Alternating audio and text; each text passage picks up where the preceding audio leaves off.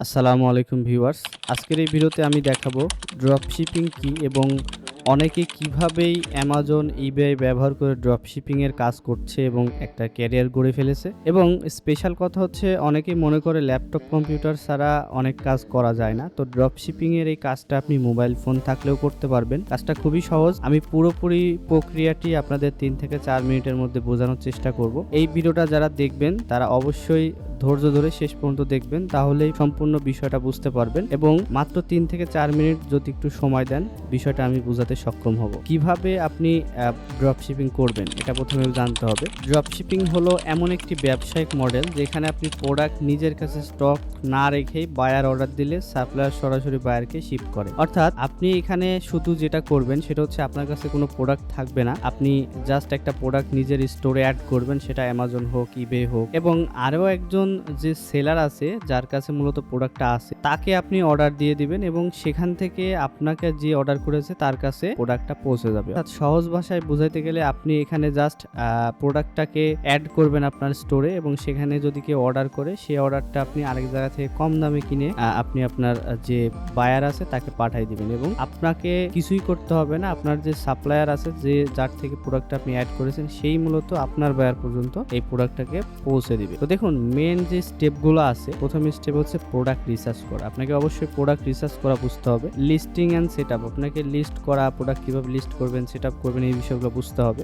Order management and tracking, কিভাবে order manage করবেন, track করবেন কিভাবে, এই জিনিসগুলো বুঝতে হবে। এরপরে যদি মনে করেন যে আপনি অ্যামাজন বা ইবে ব্যবহার করছেন ড্রপশিপিং এর জন্য, আরও যদি অনেক প্ল্যাটফর্ম আছে, আমরা এইগুলোতেই বেশি কাজ করে থাকি। প্রথমে ট্রেন্ডিং প্রোডাক্ট আপনাকে খুঁজে বের করতে হবে, যেটা আসলে এখন ভাইরাল অবস্থায় আছে বা সবাই ইউজ করতেছে, বা সিজনাল যে একটা বিষয় আছে না, যেমন আমাদের এখানে শীতকালে যে জিনিসগুলো বেশি সেল হয়। আমরা যেহেতু কাজ করব ইউএসএ বেস, সো অবশ্যই আমাদেরকে চিন্তা ভাবনা করতে হবে ওই রকম।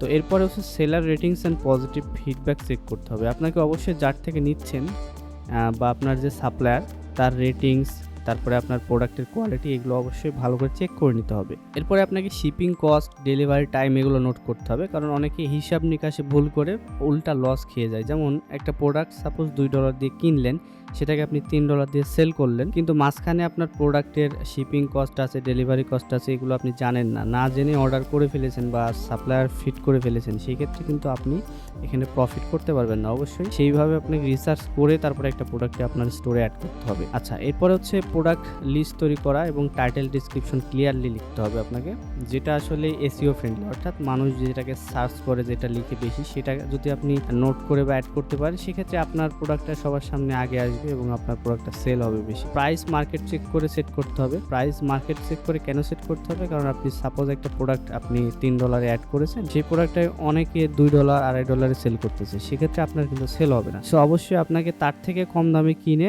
যারা সেল করতেছে সর্বোচ্চ হাইস্ট প্রাইসে, তার থেকে একটু কমে আপনাকে। এরপরে মেন যে ইম্পর্টেন্ট জিনিস, হাই কোয়ালিটি আপনাকে পিকচার ইউজ করতে হবে। যে প্রোডাক্টটা আপনি সেল করবেন সেটার হাই কোয়ালিটি পিকচার যদি অ্যাড করেন, আকর্ষণীয় লাগবে দেখতে এবং সবাই কিনতে আগ্রহী হবে। এই যে কাজগুলো আমি বললাম, এগুলো কিন্তু আপনি মোবাইল ফোনের মাধ্যমে করতে পারবেন এবং লিস্টিং করতে পারবেন। আর যদি আপনি নতুন হন সেক্ষেত্রে মোবাইল দিয়েও শুরু করতে পারেন। এখানে সব থেকে ইম্পর্টেন্ট যে জিনিস অনেকে ভুল করে থাকে, সেটা হচ্ছে আনভেরিফাইড সাপ্লায়ার ব্যবহার করা, যার ভেরিফাইড কোনো নাই, তার থেকে প্রোডাক্ট নেওয়া। ডেলিভারি টাইমটা ইগনোর করলে আপনার যে স্টোর সেটাতে একটা ইফেক্ট পড়ে। তারপর ওভার প্রাইসড প্রোডাক্ট লিস্ট করা যাবে না, যেটা আসলে অনেকে কম দামে দিচ্ছে, আপনি বেশি প্রাইসে এখানে সেল করতে চাচ্ছেন, সেটা কিন্তু হবে না। অলওয়েজ ট্রাস্টেড সেলার, পরে প্রপারলি রিসার্চ করবেন এবং শিপিং ডিটেলস চেক করে তারপরে আপনাকে কাজটা করতে হবে। তো দেখুন, এই হচ্ছে মূলত ড্রপশিপিং এর ওভারভিউ। আমি শর্টকাটে বুঝাইলাম, আশা করি বুঝতে পেরেছেন যে ড্রপশিপিং কাজটা কিভাবে করা হয়। তবে যদি হাতে কলমে আপনারা শিখতে চান, যেমন আমি অ্যাকাউন্ট করে দেখাবো, সেখানে গিয়ে আমি কিভাবে এটা সেট আপ করতে হয়, লিস্ট করতে হয়, A to Z দেখাবো, তাহলে অবশ্যই আমাকে কমেন্ট বক্সে জানাবেন। আমি এটার জন্য 5 থেকে 10টা ভিডিও নিয়ে আসার চেষ্টা করব, পার্ট টু পার্ট, যেখানে আমি বোঝানোর চেষ্টা করব যে আসলে প্রথমে কিভাবে অ্যাকাউন্ট করবেন, মানে এক পা করে কিভাবে এগিয়ে যাবেন সামনের দিকে এবং প্রোডাক্ট সেলিং পর্যন্ত যাবেন, সেই পর্যন্ত আমি বোঝানোর চেষ্টা করব। তো আশা করি ভিডিওটা সবার ভালো লেগেছে এবং আপনার উপকারে আসবে। যদি ভালো লাগে অবশ্যই লাইক করবেন, আর প্রশ্ন থাকলে কমেন্ট বক্সে জানাবেন। চ্যানেলে নতুন হলে অবশ্যই সাবস্ক্রাইব করবেন। ভালো থাকবেন, সুস্থ থাকবেন, আল্লাহ হাফেজ।